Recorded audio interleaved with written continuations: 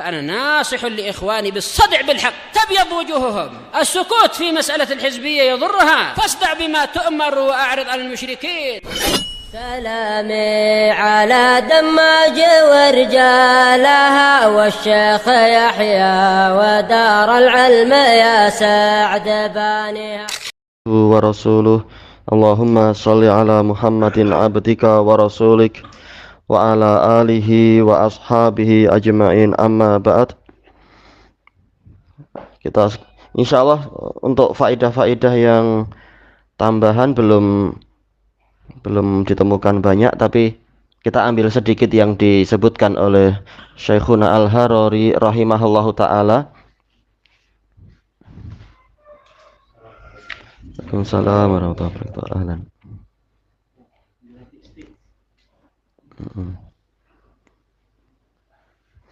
Yaitu apa? Tentang makna masalah permusuhan dengan Jibril dan seterusnya.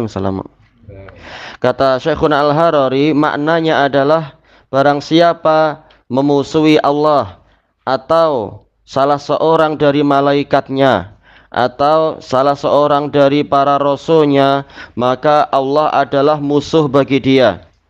Dan permusuhan antara Allah dan hamba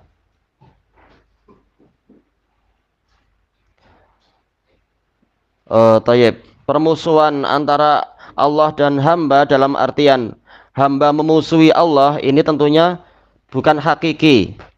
Yaitu apa? Bagaimana seorang hamba mampu memusuhi Allah, itu macam apa itu? Kata beliau, tapi maksudnya pola permusuhan hamba kepada Allah adalah menyelisihi perintah Allah. Yang rajin menyelisihi perintah Allah berarti hakikatnya dia bermusuhan dengan Allah. Baik. Walaupun apa di sini beliau kata-katanya tidak seberapa kuat, khawatirnya masuk kepada takwil tentang masalah bahwasanya permusuhan Allah kepada hamba adalah yaitu membalasi dan sebagainya. Ini enggak perlu ditakwil, bahwasanya sifat permusuhan sudah ada sesuai dengan keagungan Allah, tidak seperti pola permusuhan makhluk. Selesai, tidak perlu takwil. Kesimpulannya kata beliau bahwasanya barang siapa memusuhi Allah dan memusuhi para makhluk yang didekatkan kepada Allah, maka Allah akan menjadi musuh bagi dia.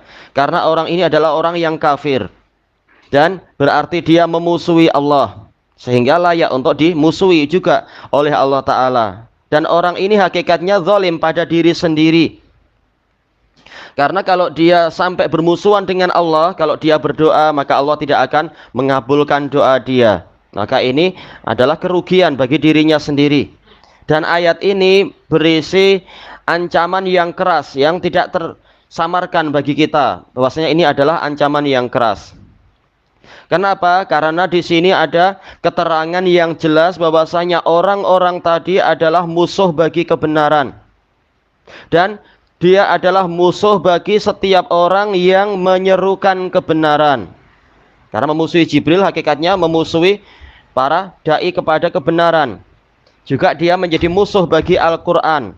Karena kita tahu kalau dia musuh Al-Quran, nanti di hari kiamat Al-Quran akan menjadi lawan dia. Dan berarti hakikatnya dia memusuhi seluruh kitab-kitab yang pernah diturunkan dari langit. Karena tujuan dari seluruh kitab suci itu sama saja, yaitu memberikan hidayah kepada umat manusia, membimbing mereka kepada jalan kebaikan. Baik, demikian pula kalau mereka itu memusuhi Nabi Muhammad SAW, maka hakikatnya dia akan bermusuhan dengan seluruh nabi. Berarti nanti siapa yang akan memberikan syafaat pada orang yang macam ini? Kenapa? Karena risalah para nabi itu hakikatnya satu, tujuannya satu semuanya. Baik. Nah, kemudian yang setelahnya membahas masalah ayat yang berikutnya.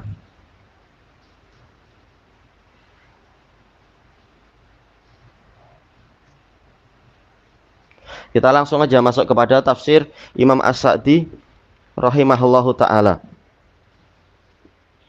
Tentang ayat yang ke-99.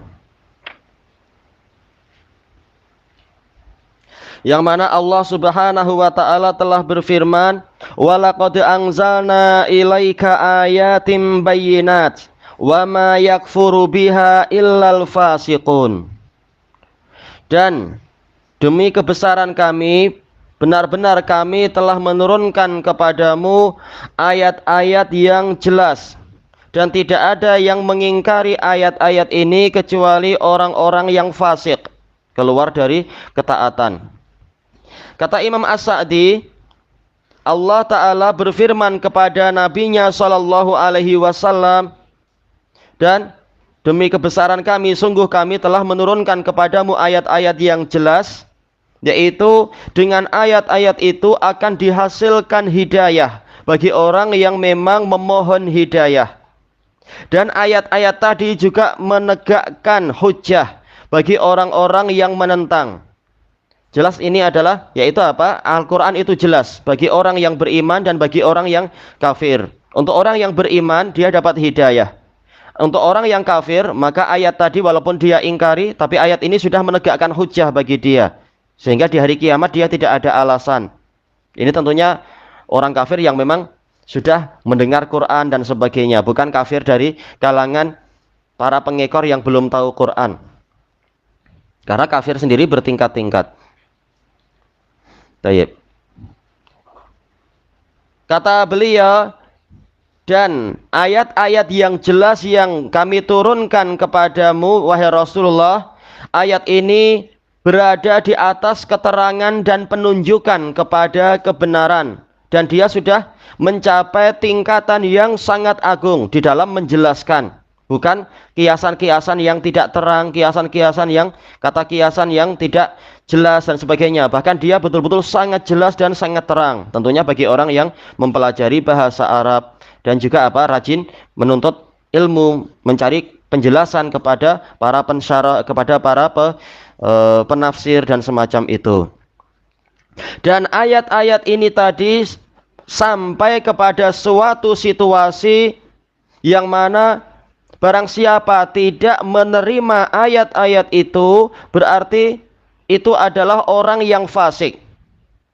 Fasik keluar dari perintah Allah dan keluar dari ketaatan pada Allah. Dan dia menyombongkan diri dengan kesombongan yang paling tinggi.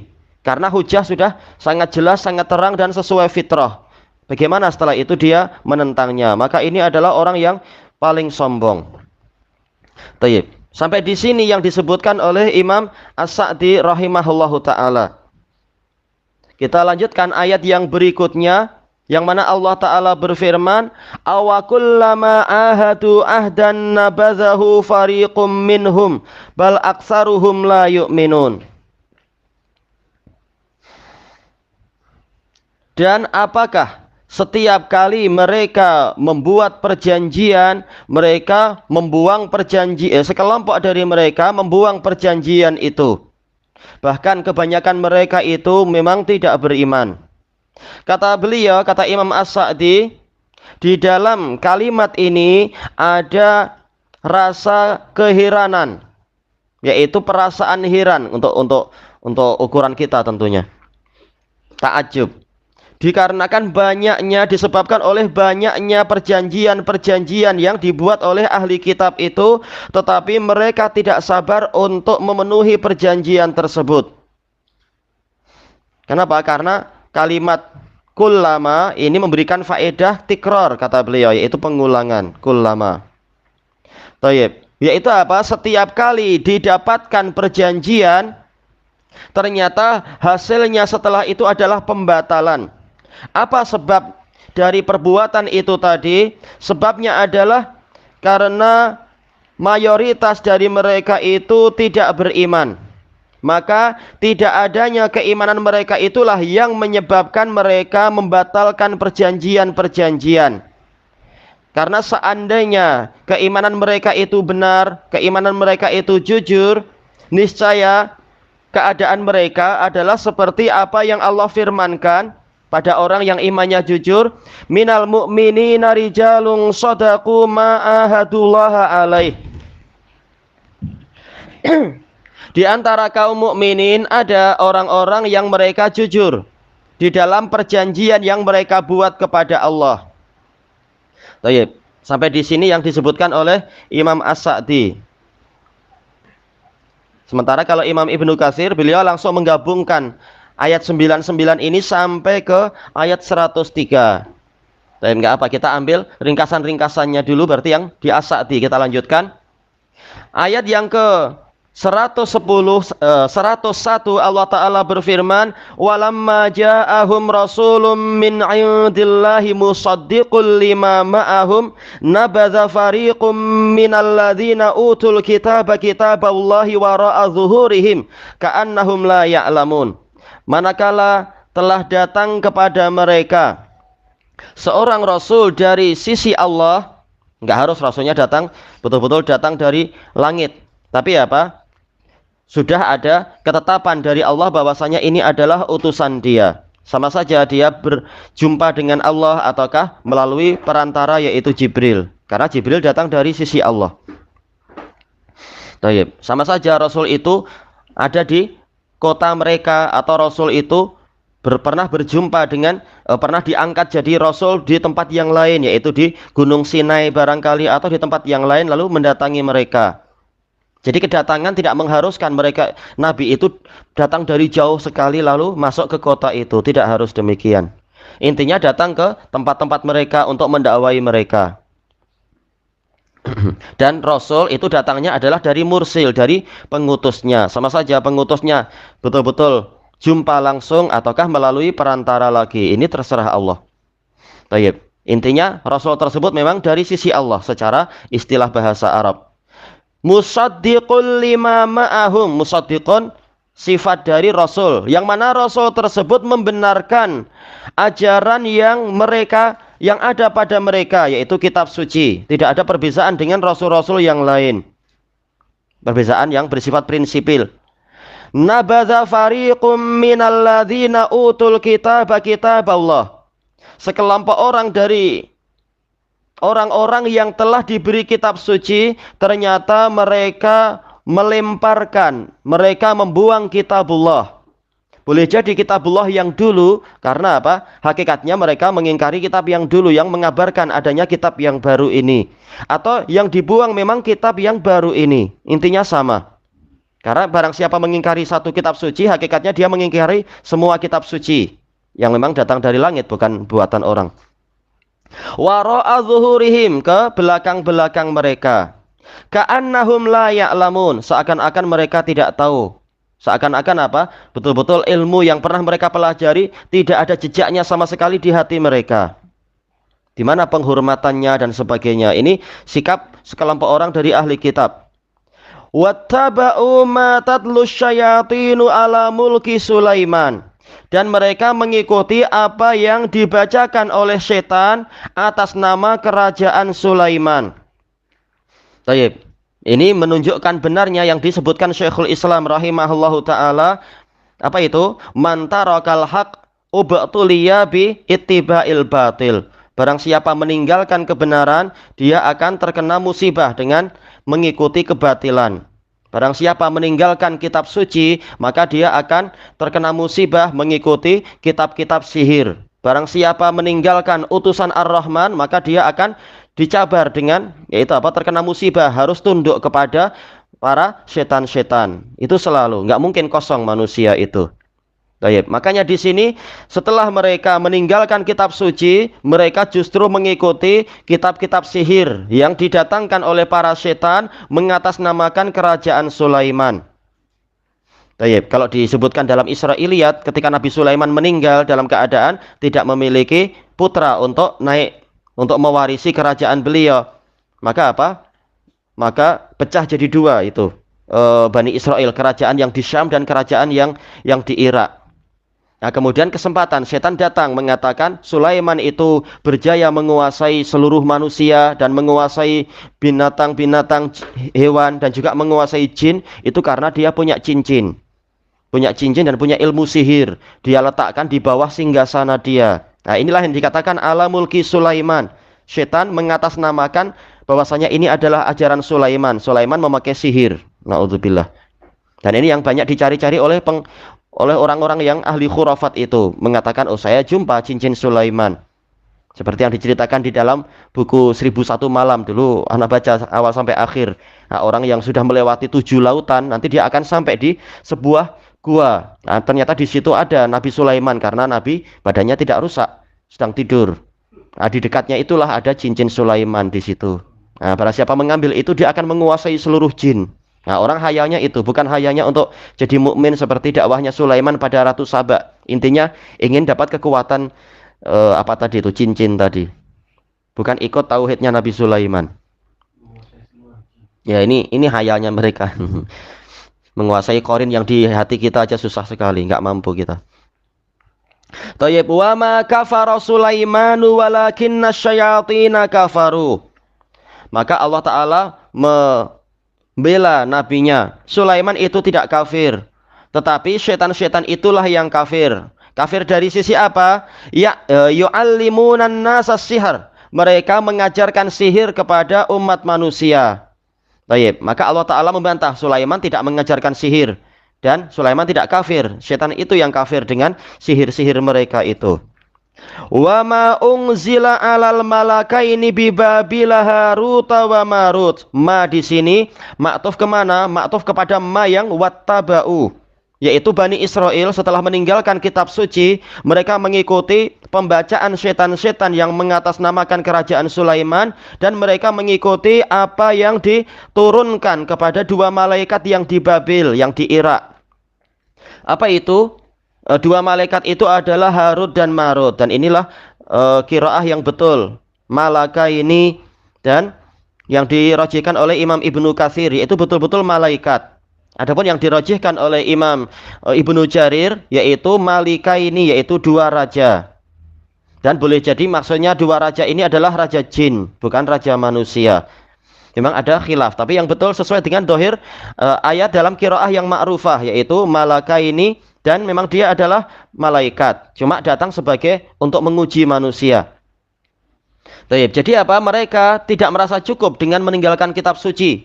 Bahkan mereka mengikuti sihir yang dibawa oleh setan yang mengatasnamakan kerajaan Sulaiman yang di Syam. Ternyata tidak cukup sampai di situ. Mereka juga mengikuti sihir yang datang dari Irak, dari Babil. Taib. Kemudian wa ma yu'allimani min ahadin hatta yaqula innama nahnu fitnah. Dan tidaklah kedua malaikat ini mengajari satu orang pun kecuali sehingga mereka mengatakan lebih dahulu kami ini hanyalah cabaran. Fala takfur, maka jangan engkau kafir. Nah, di sini kita mendapatkan dalil kedua tentang kafirnya, kekufurannya sihir.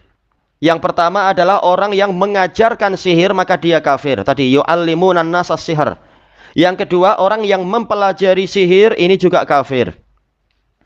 Taib.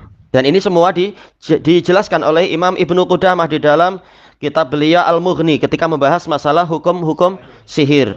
Assalamualaikum warahmatullahi wabarakatuh. Fayata'allamuna minhuma ma yufarriquna bihi bainal mar'i wa zaujih. Lalu mereka mempelajari dari kedua malaikat ini sihir yang dengan itu mereka mampu mencerai-beraikan antara seorang lelaki dengan istrinya. Ini yang dikatakan sihir tafriq, yaitu apa? Pemecah belahan. Ini sekedar contoh. Dan ini adalah termasuk sihir yang paling mendasar, yaitu apa? Bertentangan dengan keadaan paling mendasar yang diajarkan oleh Islam. Islam mengajarkan ulfah wal ijtima. Adanya apa? Persatuan, adanya keakraban. Setan memang suka memecah belah. Di antaranya adalah ini. Wa ma hum bidarrina bihi min ahadin illa biiznillah. Dan mereka tidak akan mampu membahayakan siapapun dengan sihir tadi kecuali dengan seizin Allah. Maka di sini Allah Ta'ala menghibur dan memberikan penguatan kepada para hambanya untuk jangan takut kepada para tukang sihir. Karena sehebat apapun mereka, walaupun sihirnya itu bahkan dari malaikat misalkan, bukan sekedar dari setan-setan itu, setan yang dari jalur Syam ataupun malaikat yang di Irak, maka tetap saja itu tidak akan mampu membahayakan siapapun kecuali kalau Allah mengizinkan. Karena sihir, kata para ulama, seperti penyakit-penyakit yang lain. Kalau Allah tidak mengizinkan terjadi, maka orangnya tidak sakit walaupun sudah nggak tahu dicucuk dengan dengan racun apapun. Kalau dia memang tidak ditakdirkan oleh Allah untuk sakit, ya nggak sakit. Maka tawakalnya pada Allah. Jangan, oh sihir harus dilawan dengan sihir. Black magic harus dilawan dengan white magic. Atau apa kata orang-orang itu. Intinya apa? Setan harus dilawan dengan setan juga. Akhirnya kita yang jadi setan juga nanti. Setan manusia. Taib. Maka tawakalnya adalah kepada Rabb setan dan Rabb jin dan Rabb seluruh manusia. Juga Rabb malaikat, yaitu Allah Ta'ala. Baik. Kemudian kemudian Allah Taala berfirman di sini, wa yata'allamuna ma yadurruhum wa la yanfa'uhum. Pelakunya itu sendiri, mereka mempelajari sesuatu yang membahayakan mereka, yang merusak keimanan, merusak keberkahan di dunia dan merusak akhirat dia. Wa la yanfa'uhum, dan tidak bermanfaat bagi mereka.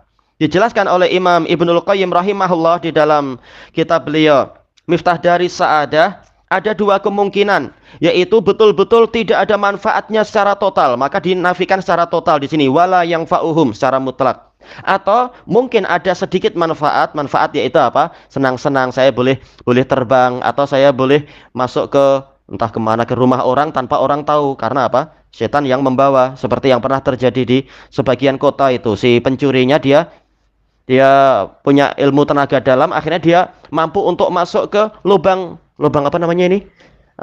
Lubang pintu itu, lubang kunci.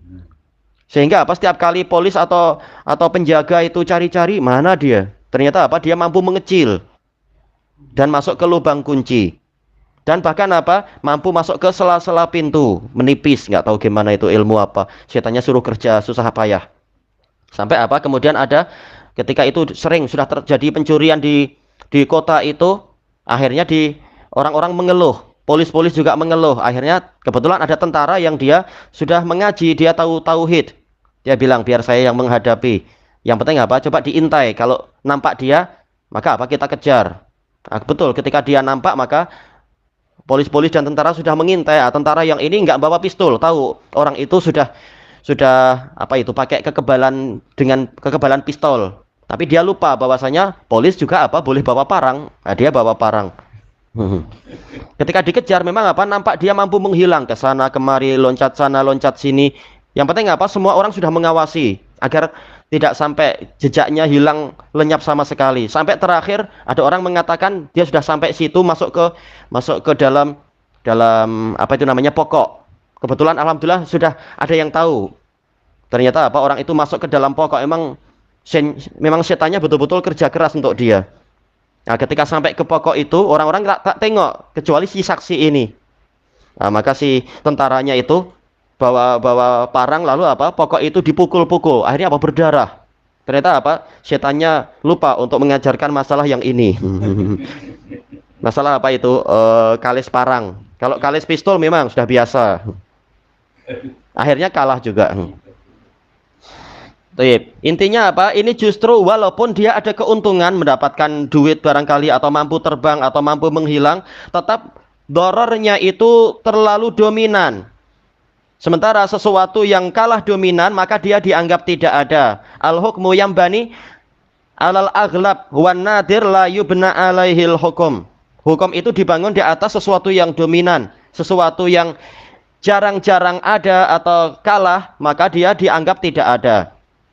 Dan ini kaidah yang ma'rufah di kalangan para ulama. Ibnul Qayyim menyebutkan kaidah itu di I'lamul Muwaqqi'in, Al-Qarafi menyebutkan kaidah itu dalam Anwarul Buruq. Baik, maka di sini Allah Ta'ala mengatakan wala yang fa'uhum, tidak bermanfaat bagi mereka. Boleh jadi sama sekali memang tidak ada manfaatnya itu. Atau mungkin manfaatnya ada tapi kalah dibandingkan dengan madharatnya sehingga dianggap tidak ada. Nah, orang yang fitrahnya lurus, dia tidak akan mau yang seperti ini. Madharatnya jelas, manfaatnya kalah. Maka apa gunanya? Walaqad alimu laman ishtarahu ma lahu fil akhirati min khalaq. Ini adalah pendalilan ketiga disebutkan oleh Ibnu Qudamah dalam Al-Mughni tentang kafirnya orang-orang yang berurusan dengan sihir. Berurusan dalam artian mempelajari atau mengamalkan sihir atau mengajarkan sihir. Demi kebesaran kami, sungguh mereka telah mengetahui bahwasanya barang siapa membeli sihir, karena biasa orang yang ilmu sihir, yang betul-betul mempelajari sihir, dia harus menjual dirinya kepada setan. Makanya istilahnya adalah bai' wasyira, menjual dirinya. Maka seperti yang Anda baca di surat kabar itu, sebagian dukun-dukun itu, tapi dia tobat, dia mengatakan dulu kami memang harus bersumpah, kami siap untuk menjadi teman setan di keraknya neraka. Kami mau itu, yang penting dapat keuntungan duniawi. Belum tahu neraka sudah merasa enggak apa-apa saya temani di neraka. Cuma kemudian akhirnya ada sebagian yang tobat dan menceritakan perjanjian-perjanjian itu. Nah, inilah yang dikatakan la manistarah, yaitu dia membeli sihir. Menjualnya dengan apa? Dengan jiwanya. Malahu fil akhirati min khalaq. Dia tidak mendapatkan, dia tidak akan memperolehi satu keuntungan sedikit pun di akhirat. Kata para ulama, ini menunjukkan orangnya kafir. Karena seandainya dia masih punya iman, walaupun sebiji dzarrah, tetap dia punya khalaq, punya nasib, punya suatu keuntungan di akhirat. Ketika Allah meniadakan, bahkan dengan nafi di sini, minnya di sini adalah apa itu? Takkidun nafi, menunjukkan sama sekali tak punya apa-apa di akhirat, keuntungan apapun. Maka ini kafir. Wala bi'sa ma syarau bihi anfusahum. Alangkah buruknya sesuatu yang mereka beli dengan jiwa mereka. Betul-betul memang apa? Mereka menjual dirinya kepada setan. Lau kanu ya'lamun, seandainya mereka tahu. Baik. Di sini dari sisi tajwidnya, di atas anfusahum di sini ada apa? Ada tanda untuk wakaf. Kemudian baru laukanu ya'lamun, berarti ada takdirnya. Laukanu ya'lamun ma fa'alu dzalik.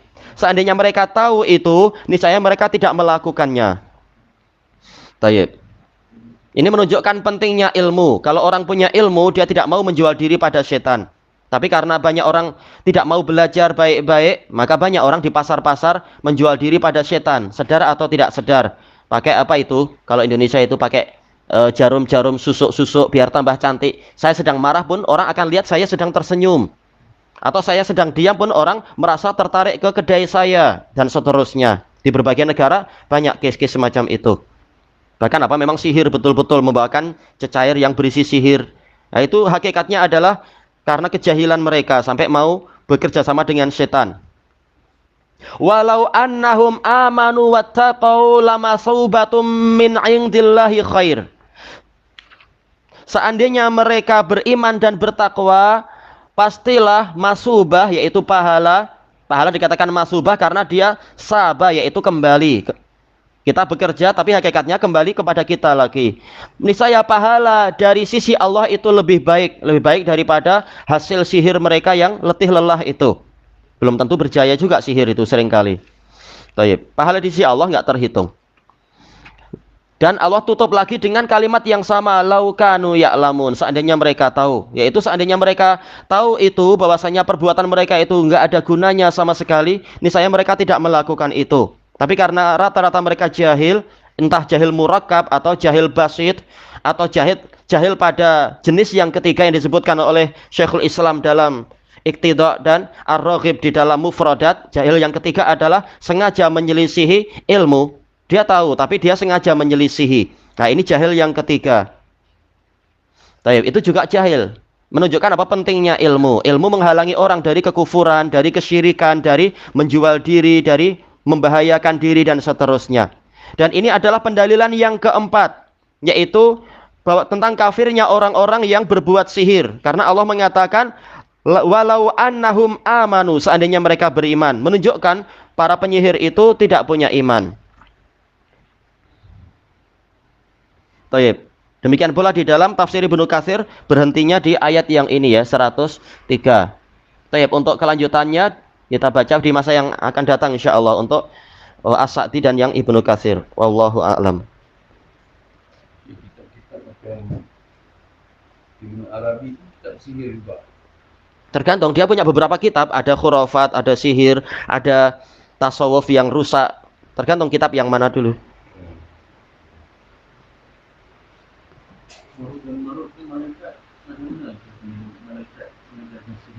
Iya. Nah, itu nanti dibahas di tafsir Ibnu Katsir tentang masalah itu. Kalau cerita khurafat mengatakan bahwasanya para malaikat ini terkait dengan kisah penciptaan Nabi Adam. Kata sebagian khurafat, yaitu apa? Malaikat mengklaim bahwasanya kami tidak punya nafsu sehingga kami tidak keliru, sehingga kami ini maksum. Lalu Allah Ta'ala membuat perjanjian.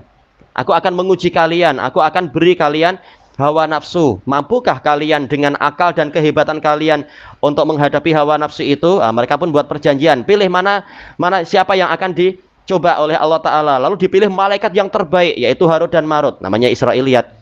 Israiliyat dari Bani Israel. Bani Israel memang tidak suka Jibril, padahal malaikat terbaik adalah Jibril. Mereka nggak suka. Mereka pilih Harut wal Marut aja. Kisahnya ma'ruf. Lalu apa? Dikasih hawa nafsu. Ketika dikasih hawa nafsu, ternyata mereka tidak tahan. Mereka lihat ada manusia yang cantik, wanita cantik, langsung mereka tergoda dengan wanita itu. Baik. Kemudian apa? Wanita itu mengatakan, saya tidak akan mau kawin dengan kalian kecuali apa? Kalian memilih. Apakah kalian memilih membunuh orang, ataukah kalian memilih untuk minum khamar? Anda lupa satu lagi, ataukah maksudnya yaitu berupa berzina? Mereka bilang kalau berzina ini dosanya besar. Kalau minum khamar paling nggak lebih ringan lah. Kalau membunuh manusia ini ada tiga tuntutan nanti. Sudah minum khamar aja yang paling ringan. Ternyata begitu minum khamar semuanya dilakukan. Akhirnya apa? Allah Ta'ala memberitahu malaikat, inilah kalian lihat orang yang punya hawa nafsu memang seperti ini.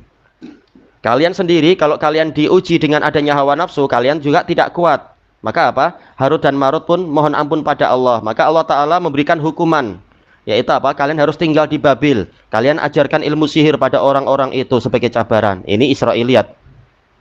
Yang betul adalah mereka mengajarkan ilmu sihir dan mereka turun betul-betul cabaran dari Allah, bukan untuk hukuman kepada malaikat tadi, tapi memang cabaran dari Allah. Terserah malaikat datang membawa apa, itu cabaran dari Allah. Terkadang cabaran berupa penyakit, terkadang cabaran berupa berbagai bencana. Malaikat disuruh untuk menghancurkan gunung atau mengguncangkan bumi atau membawa tsunami, itu terserah Allah. Malaikat yang disuruh atau apa? Malaikat disuruh untuk memperbanyak butiran hujan sehingga ada banjir bah. Bukan karena kesalahan malaikat, tapi ini cabaran. Baik. Itu Israiliyat memang tambahan-tambahan itu. Wallahu a'lam.